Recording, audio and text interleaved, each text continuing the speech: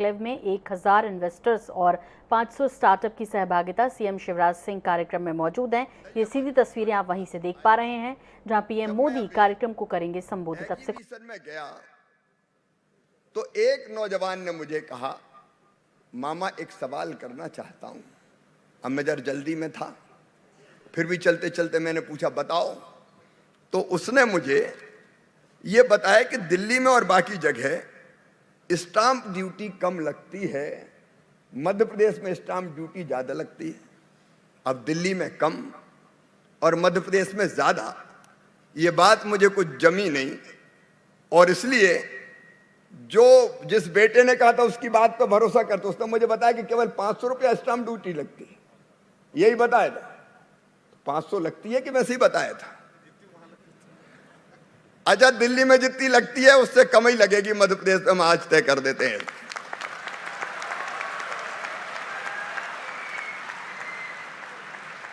अब शंकर ललवानी जी अपने एमपी हैं, अब ये करनी पड़ेगा, नहीं तो दिल्ली सस्ती और इंदौर महंगा।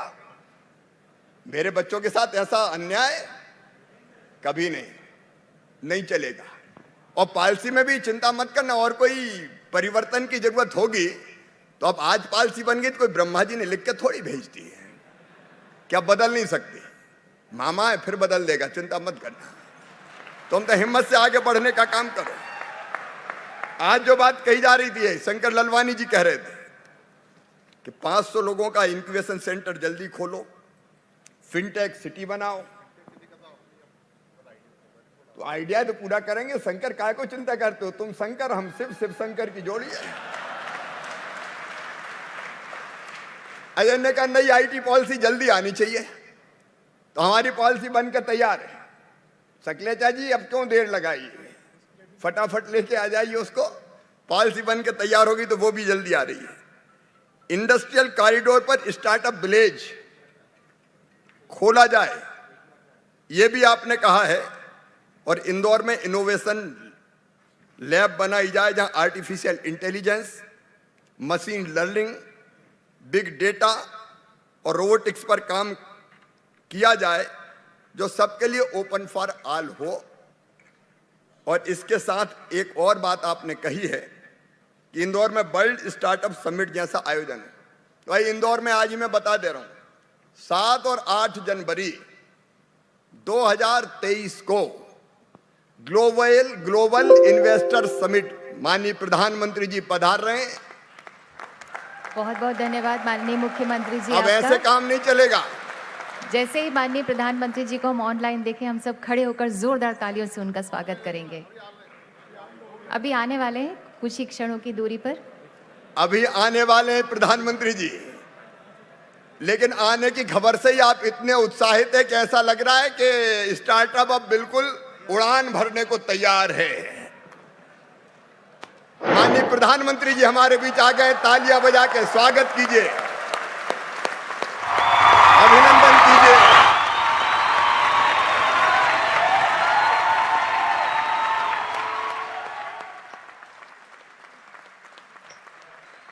मैं मध्य प्रदेश की व्यावसायिक राजधानी इंदौर भी हमने कृषि के क्षेत्र में नया रिकॉर्ड बनाया। अब उद्योग और विशेषकर स्टार्टअप के क्षेत्र में नया रिकॉर्ड स्थापित करके ही चैन की सांस लेंगे, आपके मार्गदर्शन में, आपकी प्रेरणा से। क्योंकि हम सब अब प्रधानमंत्री जी का मार्गदर्शन सुनेंगे, उनसे प्रेरणा प्राप्त करेंगे। और इसलिए मैं अपने बात को यही समाप्त करता हूं। एक बार फिर आप सबकी ओर से माननीय प्रधानमंत्री जी का हृदय से स्वागत है, अभिनंदन है। बोलिए भारत माता की। बहुत बहुत धन्यवाद माननीय मुख्यमंत्री मध्य प्रदेश आपका। मध्य प्रदेश अब स्टार्टअप के नए नए मील के पत्थर खुद गढ़ेगा, आत्मनिर्भरता की राह पर और आगे बढ़ेगा। आइए देखते हैं ये फिल्म।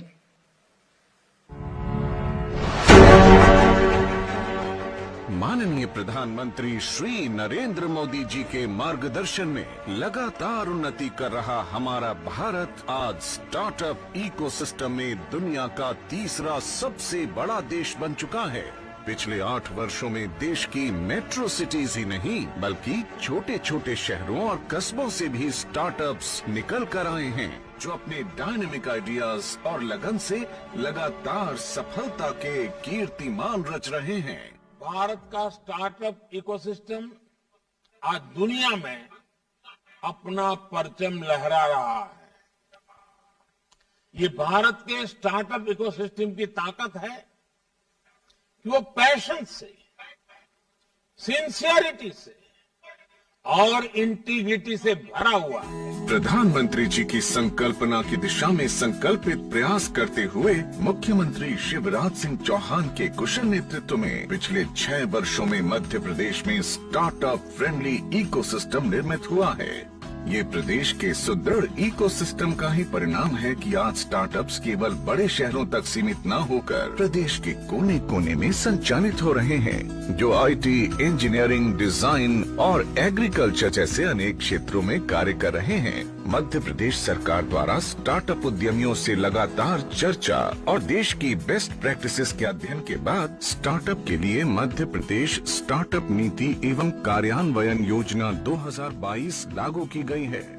नीति में स्टार्टअप्स को विभिन्न स्तर पर सहायता देने का प्रावधान किया गया है। राज्य सरकार मध्य प्रदेश स्टार्टअप सेंटर स्थापित कर रही है, जिसमें प्रोफेशनल स्टार्टअप से जुड़े सभी विषयों पर स्टार्टअप्स की मदद करेंगे। प्रदेश सरकार स्टार्टअप को फंड उपलब्ध कराने के लिए ऑल्टरनेटिव इन्वेस्टमेंट फंड की व्यवस्था कर रही है। स्कूल कॉलेज स्तर से ही युवाओं में उद्यमिता और नवाचार की भावना को विकसित करने का प्रयास भी कर रही है।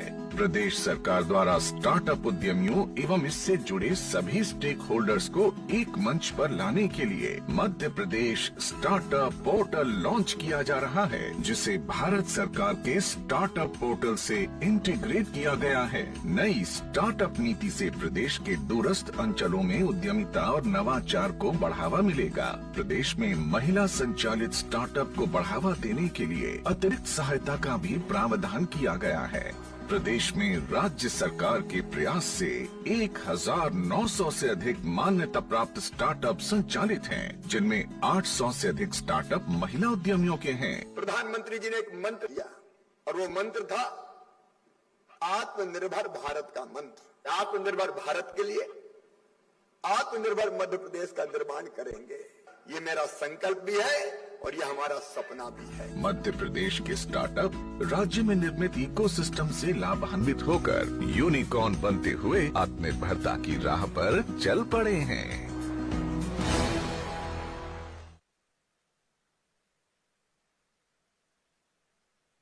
देश के प्रति एक जुड़ाव और लगाव, देश के लिए कुछ कर गुजरने का भाव मध्य प्रदेश ने आपसे ही सीखा है माननीय प्रधानमंत्री जी। और अब हम आपसे विनम्र निवेदन करते हैं माननीय प्रधानमंत्री जी कि कृपया मध्य प्रदेश स्टार्टअप नीति 2022 के अंतर्गत स्टार्टअप्स को वित्तीय सहायता वितरित करें, रिमोट का बटन दबाकर।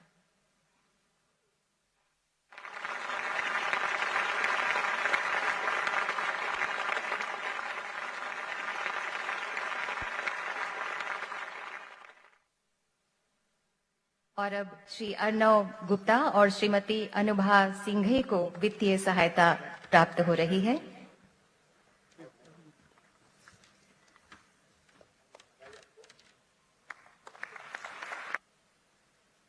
बहुत बहुत धन्यवाद माननीय प्रधानमंत्री जी। मध्य प्रदेश के स्टार्टअप इकोसिस्टम का मानव वट वृक्ष है एमपी स्टार्टअप पोर्टल। हमारी विनम्र अनुनय है माननीय प्रधानमंत्री जी आपसे कि कृपया एमपी स्टार्टअप पोर्टल का शुभारंभ करें, रिमोट का बटन दबाकर।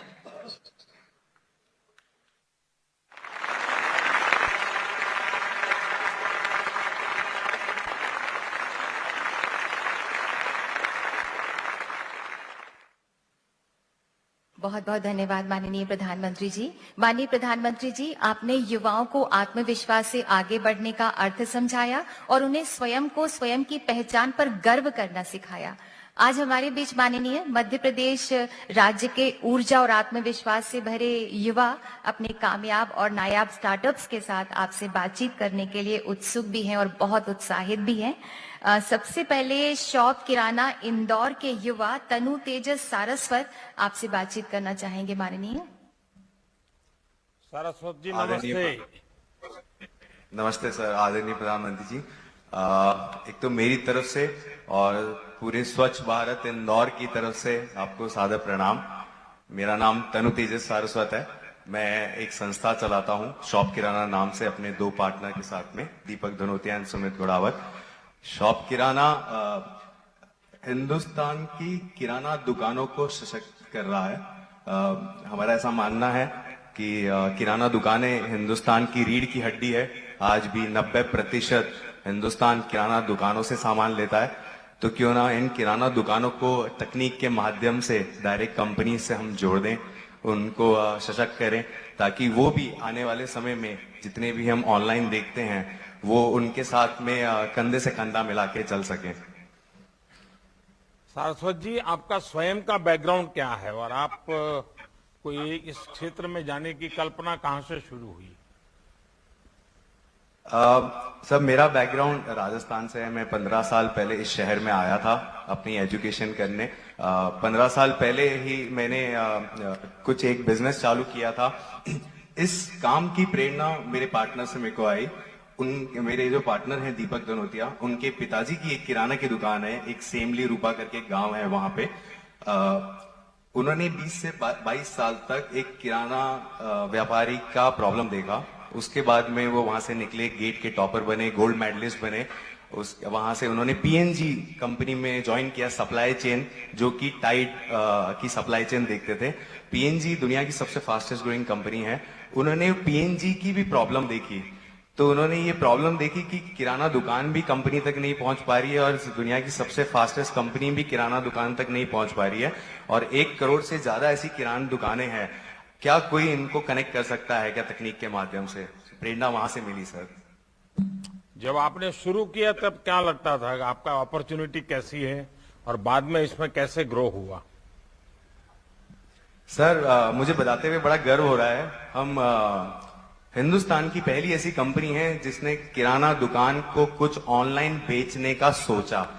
हमने जब चालू किया तो घर बैठे हुए हम ऑनलाइन किराना मंगा सकते हैं, लेकिन वो किराना व्यापारी जो 50 से 100 फैमिली का किराना खरीदता है, उसके लिए ऐसी कोई सर्विस अवेलेबल नहीं थी।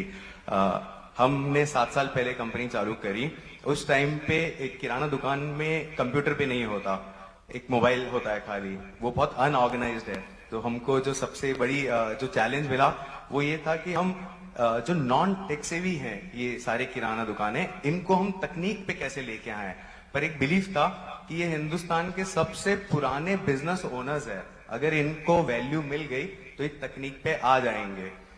तो एक बड़ा हंसी सा है उसमें, जब हम शुरुआत में जाते थे तो किराना दुकान ऑनलाइन ऑर्डर नहीं देता था, तो हम उनको बोलते थे कि हम देखते हैं कौन जिद्दी है, आप ज्यादा जिद्दी हो या हम ज्यादा जिद्दी हैं, क्योंकि हम तो तब तक आपके दुकान पे आएंगे जब तक आप ऑनलाइन नहीं आओगे, क्योंकि जब तक आप ऑनलाइन नहीं आओगे तब तक आपको पता नहीं लगेगा आपकी लाइफ, आपका प्रॉफिट, आपकी जीवन कैसे बदल सकता है।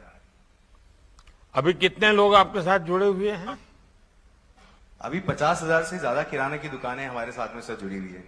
और वो अपना पूरा कारोबार इसी प्लेटफॉर्म पे करते हैं?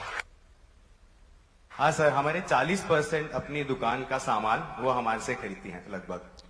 अच्छा, ये बताइए, आपने इंदौर को क्यों अपना केंद्र बनाया? आपके दोस्त के कारण बनाया कि और भी कोई कारण है? सर, इसके 3 कारण हैं। पहला कारण ये है, मेरा ऐसा मानना है कि कंपनियां लोगों से बनती है, शहरों से नहीं बनती। तो हमको बहुत बार लोगों ने बोला कि बड़े शहर जाओ, बट जिन कंपनियों को हम बहुत मोहब्बत करते हैं वो कंपनियां जहां पे बनी वहां पे दुनिया बस गई। तो हमको वो चीज बात डाइजेस्ट नहीं हुई कि हमको कुछ करने के लिए बड़े शहर जाना चाहिए। दूसरी बात सर इसमें ये कि हम पूरा का पूरा जो बिजनेस है वो Tier 2 सिटी में करना चाहते थे। तो आज भी हम जो भी 4 राज्यों में काम कर रहे हैं वो सब Tier 2 सिटीज है। तो हमको लगा जो बिजनेस है वो लेबोरेटरी में नहीं बनेगा, कस्टमर के साथ में रह के बनेगा। तो दूसरा कारण ये था। तीसरा कारण ये था, हमको लगा, हाँ जी, हाँ बताइए बताइए। सर तीसरा कारण थोड़ा बचपना सा है, बट हमको लगा अगर हम एक शहर से, इंदौर जैसे शहर से अगर काफी बड़ा काम कर सके तो हम आप तक बहुत जल्दी पहुंच जाएंगे।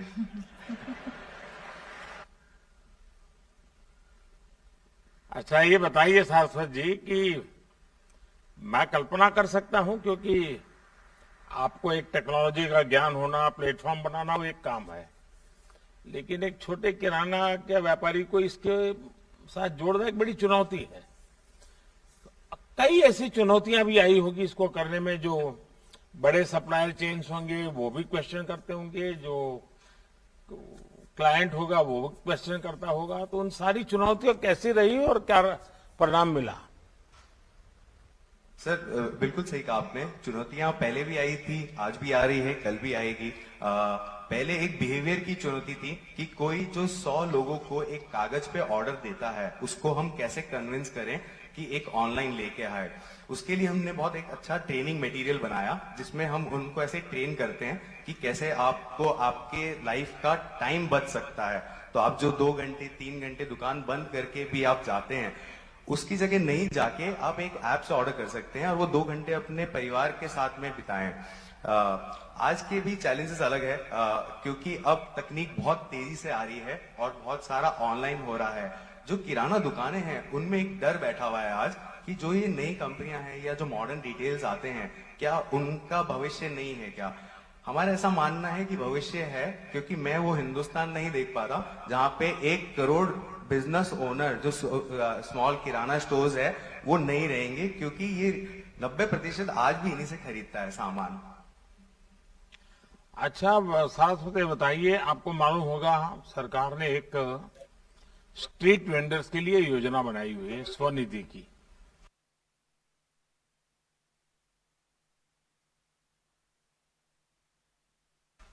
आपको वैसे तो मॉडल वैसा ही है जैसा आपका किराना शॉप का है। क्या आप आपका शॉप किराना वाला जो इनिशिएटिव है, जो छोटे एस्टैब्लिश दुकानों के साथ जुड़ा हुआ है, क्या आप स्ट्रीट वेंडर के साथ इंदौर में इसका प्रयोग कर सकते हैं? उनके लिए एक सुविधा खड़ी करके एक पूरा नया इनिशिएटिव लेकर के बिल्कुल समाज के वो तबके के लोग जो डेली 25-30 घरों में जाते हैं, सब्जी पहुंचाते हैं, दूध पहुंचाते हैं, अखबार पहुंचाते हैं, या बाकी छोटे मोटे अपना रेडी लेकर के माल बेचते हैं, उनको जोड़ सकते हैं क्या? उस पर कुछ सोचा जा सकता है क्या? सर बिल्कुल जोड़ सकते हैं, क्योंकि तकनीक वही है और कस्टमर अलग अलग तरीके के हो सकते हैं, पर प्रॉब्लम उनकी भी वही है। तो आप जो बता रहे हैं, जो छोटा ठेला चला के भी जो जाते हैं, स्ट्रीट वेंडर्स होते हैं, वो कहीं ना कहीं से सब बहुत दूर से सामान खरीदते हैं। हम जो कोशिश करते हैं वो इन सभी को जोड़ के उनका एक मेन सोर्सिंग प्लेटफॉर्म बन सकते हैं, जिससे उनको, जैसे किराना वालों को प्रॉफिट मार्जिन में फर्क मिलता है, वैसे इनकी भी आय में बढ़ सकती है। तो हम डेफिनेटली कर सकते हैं। नहीं, आप जरा स्टडी कीजिए, इंदौर में इस पर कोशिश कीजिए। जिस इंदौर को आप इतना प्यार करते हो, तो मेरे लिए भी उस इंदौर के लिए कुछ कीजिए आप। हाँ जी सर। चलिए, बहुत बहुत शुभकामनाएं और बहुत धन्यवाद। कौन है नेक्स्ट? सर आप तनु तेजस, बहुत बहुत धन्यवाद। माननीय प्रधानमंत्री जी, अब Umang Shridhar designs private limited Bhopal की सुश्री उमंग श्रीधर आपसे संवाद करेंगी। नमस्कार माननीय प्रधानमंत्री। उमंग जी नमस्ते। नमस्कार, मेरा नाम उमंग श्रीधर है और मैं भोपाल से हूँ। मैं उमंग श्रीधर डिजाइन्स प्राइवेट लिमिटेड की संस्थापक हूँ। मेरी कंपनी एक इनोवेटिव हैंडक्राफ्टेड टेक्सटाइल कंपनी है। हम लोगों ने खादी और हैंडलूम के वस्त्रों में इनोवेशन किया। कुछ 150 नए तरीकों के टेक्सटाइल का उत्पादन किया और बड़ी बड़ी कंपनीज को बेचा, जैसे कि रिलायंस, आदित्य बिरला और रेमंड्स। और ये सब कुछ हो पाया आपकी पहल। तो मेरी जर्नी और आपकी जर्नी एक साथ ही शुरुआत हमने की। 2014 में मैंने अपनी कंपनी की शुरुआत की थी और आपने उस समय बोला था कि कम से कम एक खादी का वस्त्र या रुमाल भी अगर आप खरीदें तो हमारे देश की जनता को बहुत बड़ा रोजगार मिलेगा। शायद उसी से मुझे ये प्रेरणा मिली कि मैं आज अपनी ये कंपनी करीबन 1000 आर्टिजन्स के साथ मिलकर चला पा रही हूँ। अच्छा, ये बताइए कि इस स्टार्टअप को शुरू करने का विचार, क्योंकि आपने ये तो बता दिया कि मोदी के भाषण हुआ और उन्होंने खादी की ओर जोड़ दिया और आप फैशन डिजाइन की दुनिया से थी, तो वो तो एक समझ गया, लेकिन उसके सिवाय भी कोई मन में कल्पना होगी आपकी? जी, तो मेरा जन्म एक्चुअली बुंदेलखंड के एक छोटे से गांव किशनगंज में हुआ। और क्योंकि मैंने गांव में रह रही महिलाओं की परेशानी को बहुत नजदीक से देखा और समझा, तो जब मुझे दिल्ली यूनिवर्सिटी में पढ़ाई करने का मौका मिला तो मुझे ऐसा लगा कि यही समय है कि मैं अपने गांव की महिलाओं के सपनों को उड़ान दे सकूं। तो मैं वापस आई और 21 साल की उम्र में मैंने अपनी कंपनी की शुरुआत करी। और अब करीबन 9 साल बाद हमारी कंपनी 1500 ऑलमोस्ट 1500 महिलाओं के साथ काम कर रहे हैं 10 क्लस्टर्स में, 13 क्लस्टर्स में 5 स्टेट्स के अंदर। और सर, महिलाओं से जब मैंने बात करना चालू किया और महिलाओं के साथ जब जुड़ना चालू किया तो ये पता चला कि महिलाओं को किसी भी सशक्तिकरण की जरूरत नहीं है, वो पहले से ही बहुत सशक्त हैं। हमें सिर्फ एक उन्हें प्लेटफॉर्म देने की जरूरत है जिस पर आकर वो अपनी शक्ति को दिखा सकती हैं। और एक छोटी सी बात, मेरा जन्म दिवस भी आपके साथ ही आता है, तो 17 सितंबर को विश्वकर्मा जयंती भी होती है, तो कहीं ना कहीं कारीगर और हुनरमंद लोगों के साथ जुड़ना स्वाभाविक है। तो यही मेरी अच्छा उमंग जी, ये बताइए कि अब 1500 बहनें आपके साथ जुड़ी हुई हैं, 13 क्लस्टर हैं, 5 राज्यों में हम काम कर रही हैं। क्या वैल्यू एडिशन हुआ होगा पहले की उनकी स्थिति और आपके जुड़ने से? किस प्रकार का बदलाव आया होगा? क्वालिटेटिव चेंज क्या आया होगा? सर, करीबन 300% इनकम इंक्रीज हमने देखा है अपनी महिलाओं की जिंदगी में। इनमें से बहुत सारी ट्रेडिशनल आर्टिजन्स थी जो कि घर से कताई और बुनाई करती थी। हमने उन्हें कुछ नए तरीके के कपड़े बनाने की प्रेरणा दी, रिसर्च और डिजाइन पर काम किया और ऐसा नया टेक्सटाइल बैम्बू और सोयाबीन और ये जो नए तरीके के टेक्सटाइल्स फाइबर्स हैं उनको यूज करके एक नया टेक्सटाइल बनाया जिसकी वैल्यू ज्यादा है मार्केट में और वो काफी प्रीमियम और लग्जरी सेगमेंट में आते हैं। तो इसके कारण एक उनकी इनकम में इंक्रीज आया। दूसरा सर, जो हमने अभी कोविड के दौरान एक अपनी बिजनेस मॉडल में एक और नई चीज जो जोड़ी कि हमने सोचा कि सिर्फ कारीगर बनाने से मेरा एक सपना है कि मैं करीबन 10 लाख महिलाओं को सशक्त करना चाहती हूँ। तो वो सपने को पूरा करने में सिर्फ कारीगर बनाने से ये सपना पूरा नहीं होगा। तो हमने बहुत रिसेंटली आज पिछले 2 हफ्ते पहले ही एक क्राफ्टप्रेन्योर ट्रेनिंग प्रोग्राम को चालू किया। हमने करिकुलम बनाया और महिलाओं को ट्रेनिंग दी कि वो कैसे कारीगर से खुद उद्यमी बन सकती हैं, ऑनलाइन बिजनेस कर सकती हैं, गांव में बैठकर अपना सामान पूरी दुनिया में बेच सकती हैं। तो हमने उन्हें फाइनेंशियल लिटरेसी, एंटरप्रेन्योरशिप और डिजिटल सेलिंग के तरीके सिखाए।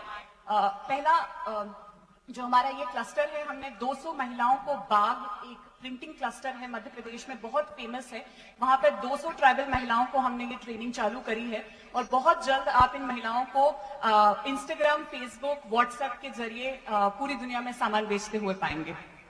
अभी आपका दुनिया में कहीं एक्सपोर्ट हो रहा है कि लोगों का इंटरेस्ट बना है कुछ? जी, हम लोगों ने हम अभी करीबन 5 देशों में अपना सामान, यूरोप के कुछ देश हैं, लंदन, यूएस और ऑस्ट्रेलिया में अपना कपड़ा सप्लाई करते हैं बहुत सारी ब्रांड्स को। सर, जो हमारा सपना है कि पूरी दुनिया सस्टेनेबल फैशन की बातें कर रही है, तो हर बड़ी ब्रांड के अंडर एक कैटेगरी खादी की भी हो और पूरी दुनिया खादी को पहने और उसको समझे। क्या कभी काशी में भी हाथ आजमाया है क्या आप लोगों ने? जी सर, काशी मेरी सबसे फेवरेट सिटी है और पिछले साल ही मैं काशी में थी। तो सर, वहां पे मैंने बहुत कुछ बुनकरों के साथ हमने कुछ नए फैब्रिक्स को बनाने की कोशिश करी है। तो सिल्क के साथ बैम्बू, सिल्क के साथ सोयाबीन के धागे को उपयोग कर हम कुछ नए टेक्सटाइल का वहां पर निर्माण कर रहे हैं। चलिए उमंग जी, आप तो एक प्रकार से जॉब क्रिएटर के रूप में और कारीगर को उद्यमी बनाने की दिशा में बड़ा अभियान चला रही है और मैं समझता हूं कि युवाओं को आप बड़ी प्रेरणा दे रही हैं। भगवान विश्वकर्मा के आपको आशीर्वाद बने रहे। मेरी आपको बहुत सर, आपका आशीर्वाद ज्यादा जरूरी है। सर एक छोटा सा निवेदन है कि अगर मैं आपको अपनी महिलाओं द्वारा बना हुआ कुछ सामान पहुंचा पाऊं तो बहुत अच्छा रहेगा। कल हमारी महिलाओं ने वैसे जरूर पैक पहुंचाइए। करके दिया है। जी धन्यवाद, बहुत बहुत धन्यवाद। धन्यवाद उमंग। माननीय ग्रामोफोन इंदौर के श्री तौसीफ खान आपसे बात करना चाहते हैं। नमस्कार तौसीफ खान, नमस्कार। प्रधानमंत्री। नमस्कार सर। आप बताइए भैया। मैं तौसीफ खान। सर मैं तौसीफ खान, मैं पिछले 6 साल से इंदौर में एग्रीकल्चर में काम कर रहा हूं और यहाँ पर हमारा प्राइम एक मोटिव है कि हम किसानों के साथ काम कर सकें और उनकी इनकम को दोगुना करने की कोशिश कर रहे हैं हम विभिन्न प्रकार से लास्ट 6 सालों से। आपका स्वयं का कोई किसानी बैकग्राउंड है क्या परिवार का, कि ऐसे ही आप एक अध्ययन करके? नहीं सर, मेरे पिताजी एक छोटे से प्रयागराज में एक छोटे से गांव से आते हैं और खेती से हम लोग का तब से जुड़ा हुआ है। मैंने एग्रीकल्चर में सर बीटेक किया है IIT खड़गपुर से, फिर एग्री बिजनेस मैनेजमेंट में पढ़ाई की, तो उसी को आगे ले जाते वक्त 2016 के दौरान जब डिजिटल पेनिट्रेशन इतना ज्यादा बढ़ रहा था तो हमें लगा कि एक डिजिटल रेवोल्यूशन गांव में भी आएगा और उस गांव तक हमारी एक एजुकेशन है और एक बैकग्राउंड है, इसमें हम काम कर सकते हैं। तो हमने 2016 में ये ठाना कि हम विभिन्न प्रकार की सेवाएं किसानों तक ले जाएंगे और उसी तरह से जैसे एक किसान के पास 14,000 किसानों पे एक डॉक्टर है, फसल का डॉक्टर, ये हमें ये पता चला। तो हमारे किसानों की इनकम जो है 1.5 गुना की जा सकती है अगर हम सही से उनको सुझाव दे सके साइंटिफिक तरीके से। उस पे हमने एक टेक्नोलॉजी बनाई और 14,000 आप समझिए तो एक एक करके हम किसान के पास नहीं जाएंगे, टेक्नोलॉजी ही एक माध्यम है। तो हमने उस टेक्नोलॉजी को बनाया और उनको किसानों को डिजिटल माध्यम से और फिजिकल माध्यम से भी हमने पहुंचाया हो। तो हमने करीब MP में 1,000 माइक्रो एंटरप्रेन्योर्स गांव में बनाए हैं जो उनके लिए टेक्नोलॉजी बनाई, वो अब किसानों से जुड़ते हैं ज्यादा से ज्यादा। तो एक बार हमने उनको फसल ज्यादा उगाने का दिया, फिर उसके बाद ये हमने पाया कि हम उनको डॉक्टर की तरह सलाह तो दे रहे हैं मगर जो दवाइयां, जो बीज, वो उनको लास्ट माइल पे मिलते ही नहीं है। तो फिर हमने उसका होम डिलीवरी शुरू किया। तो और फिर जब कोविड के दौरान ये हुआ कि किसान फसलों को बेच नहीं पा रहे हैं, तो फिर हमने करीब 10,000 से ज्यादा व्यापारी, खुदरा व्यापारी, इंस्टीट्यूशनल प्रोसेसर्स उसी डिजिटल प्लेटफॉर्म पर हम लेकर आए पिछले 1.5 सालों में। अब वो बीज बोने से लेकर मार्केट तक एक ही प्लेटफॉर्म पे सारी चीजें कर। जो भारत सरकार ने एक सॉइल टेस्टिंग की तरफ बड़ा बल दिया है और हम चाहते हैं कि किसान सॉइल टेस्टिंग की तरफ अपना ध्यान केंद्रित करके ही फिर आगे करें। आपका कोई संबंध आता है क्या उस प्रक्रिया में? ये सर, तो पहला जो उद्देश्य था कि वो हम पे भरोसा करे। आज 5 साल हो गया है तो अब किसान हम पे MP में भरोसा करता है।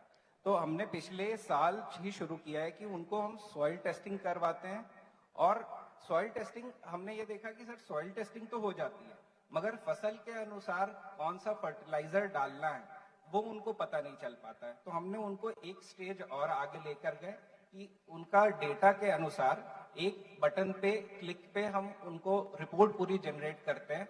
डिजिटल माध्यम से, व्हाट्सएप पे और इस तरह के माध्यम से हम सॉइल टेस्टिंग भी हजारों किसानों के साथ कर रहे हैं। अभी हमने मार्च में ये अभियान शुरू किया था और मार्च से अभी तक करीब 10,000 किसानों की सॉइल टेस्टिंग हम ऑलरेडी कर चुके हैं सर। आप ये जो क्षेत्र में काम कर रहे हैं, आज ऑर्गेनिक उत्पाद का बहुत बड़ा मार्केट बना है, उसकी प्रतिष्ठा बन गई है और होलिस्टिक हेल्थ का जो समाज का मूड बन रहा है, क्या किसानों में इस बात को पहुंचा पाए और टेक्नोलॉजी कोई मदद कर पा रही है या कर सकती है? सर एब्सोल्युटली, जो टेक्नोलॉजी है वही टेक्नोलॉजी इस चीज को भी प्रोपेगेट करने में लगती है। तो हम अभी ये कर रहे हैं कि हमने ये देखा है सर, किसान को अगर आय कम हो रही है तो उस चीज का वो अपनाएगा नहीं। तो धीरे धीरे हमने उनको, जैसे उनकी मिट्टी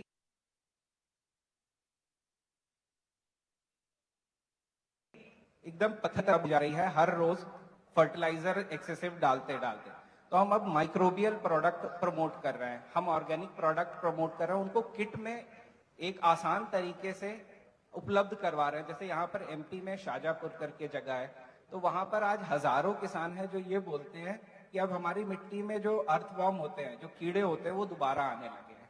तो ये चीज हमें लगता है कि थोड़ा समय लगेगा, मगर अगर कोई किया है तो ये किसान तक ले जाता है और हम रिजल्ट मिल रहे हैं। एक जो स्ट्रीम डेवलप हुए हैं, पृथ्वी बचाओ, एनवायरमेंट, क्लाइमेट, ये सारे विषय, उसमें एक है धरती बचाने का एक बहुत बड़ा काम अब जिम्मा आ गया है। और नेचुरल फार्मिंग से धरती बचा सकते हैं हम, केमिकल से नहीं बचा सकते। नेचुरल फार्मिंग की तरफ लोगों का रुझान बढ़ रहा है, नेचुरल फार्मिंग की समझ विकसित हो रही है।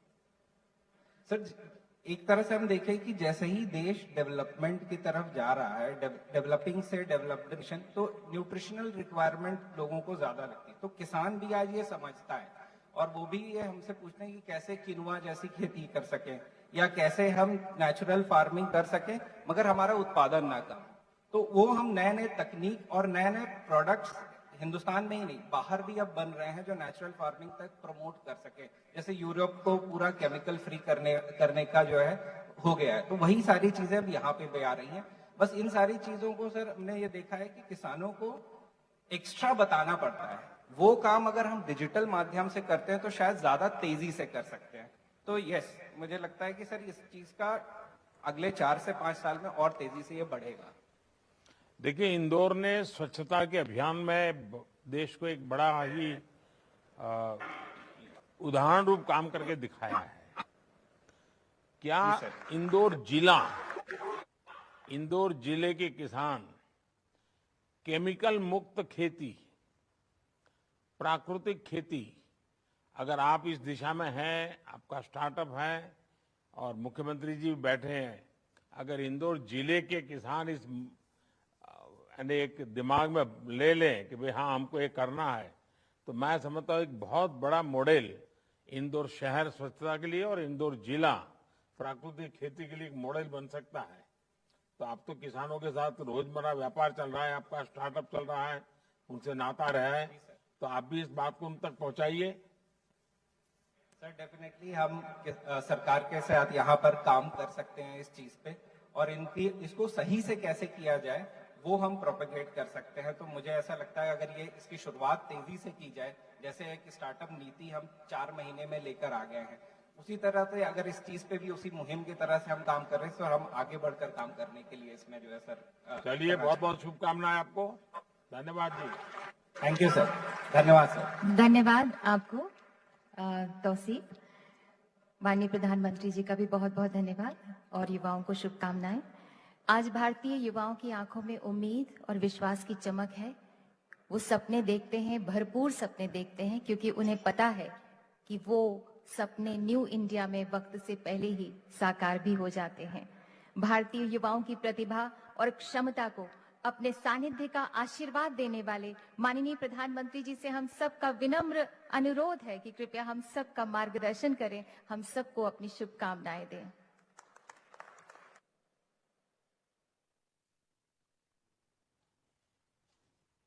नमस्कार। मध्य प्रदेश के मुख्यमंत्री श्रीमान शिवराज सिंह चौहान, एमपी सरकार के सभी मंत्रीगण, सांसदगण, विधायकगण, स्टार्टअप्स की दुनिया के मेरे साथियों, देवी और सज्जनों,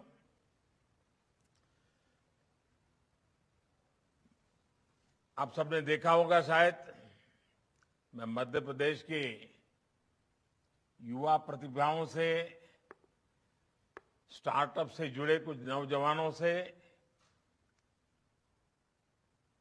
मैं चर्चा कर रहा था और मैं अनुभव करता था, आप भी अनुभव करते होंगे। और एक बात पक्की है कि जब दिल में जोश हो, नई उमंगे हो, इनोवेशन का जज्बा हो, तो उसका प्रभाव साफ नजर आता है। और उमंग ने तो इस प्रकार का भाषण भी दे दिया आज।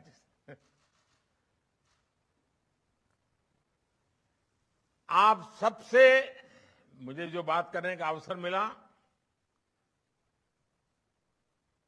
और जिन्होंने इस बात को सुना होगा, वो पूरे विश्वास के साथ ये कह सकता है कि आज देश में जितनी प्रोएक्टिव स्टार्टअप नीति है, उतना ही परिश्रमी स्टार्टअप नेतृत्व भी है। इसलिए देश एक नई युवा ऊर्जा के साथ विकास को गति दे रहा है। आज मध्य प्रदेश में स्टार्टअप पोर्टल और आई हब इंदौर का शुभारंभ हुआ है। एमपी की स्टार्टअप नीति के तहत स्टार्टअप्स और इंक्यूबेटर्स को वित्तीय सहायता भी दी गई है। मैं इन प्रयासों के लिए और इस आयोजन के लिए मध्य प्रदेश सरकार को, देश के स्टार्टअप इकोसिस्टम को और आप सबको बहुत बहुत बधाई देता हूं। साथियों, आपको याद होगा 2014 में जब हमारी सरकार आई थी तो देश में 300-400 के आसपास स्टार्टअप हुआ करते थे और कोई स्टार्टअप शब्द भी सुनाई भी नहीं देता था, न उसकी कोई चर्चा हुआ करती थी। लेकिन आज 8 वर्ष के इस छोटे से कालखंड में भारत में स्टार्टअप की दुनिया ही बदल चुकी है। आज हमारे देश में करीब 70,000 रिकॉग्नाइज्ड स्टार्टअप्स हैं। आज भारत में दुनिया का तीसरा सबसे बड़ा स्टार्टअप इकोसिस्टम है। हम दुनिया के सबसे बड़े यूनिकॉर्न हब्स में भी एक ताकत के रूप में उभर रहे हैं। आज औसतन 8 या 10 दिन के भीतर भीतर भारत में एक स्टार्टअप यूनिकॉर्न बन जाता है, यूनिकॉर्न में बदल रहा है। अब आप कल्पना कर सकते हैं कि शून्य से शुरू करके किसी एक स्टार्टअप का यूनिकॉर्न बनने का मतलब होता है कि इतने कम समय में करीब करीब 7,000 करोड़ रुपए की पूंजी तक पहुंचना, तब एक यूनिकॉर्न बनता है। और आज 8-10 दिन में एक नया यूनिकॉर्न इस देश में हमारे नौजवान बना रहे हैं। साथियों, ये भारत के युवाओं का सामर्थ्य है, सफलता की नई ऊंचाई प्राप्त करने की इच्छा शक्ति का उदाहरण है। और मैं अर्थ जगत के नीतियों का अध्ययन करने वाले जानकारों को एक बात नोट करने को कहूंगा। भारत में जितना बड़ा हमारे स्टार्टअप का एक वॉल्यूम है,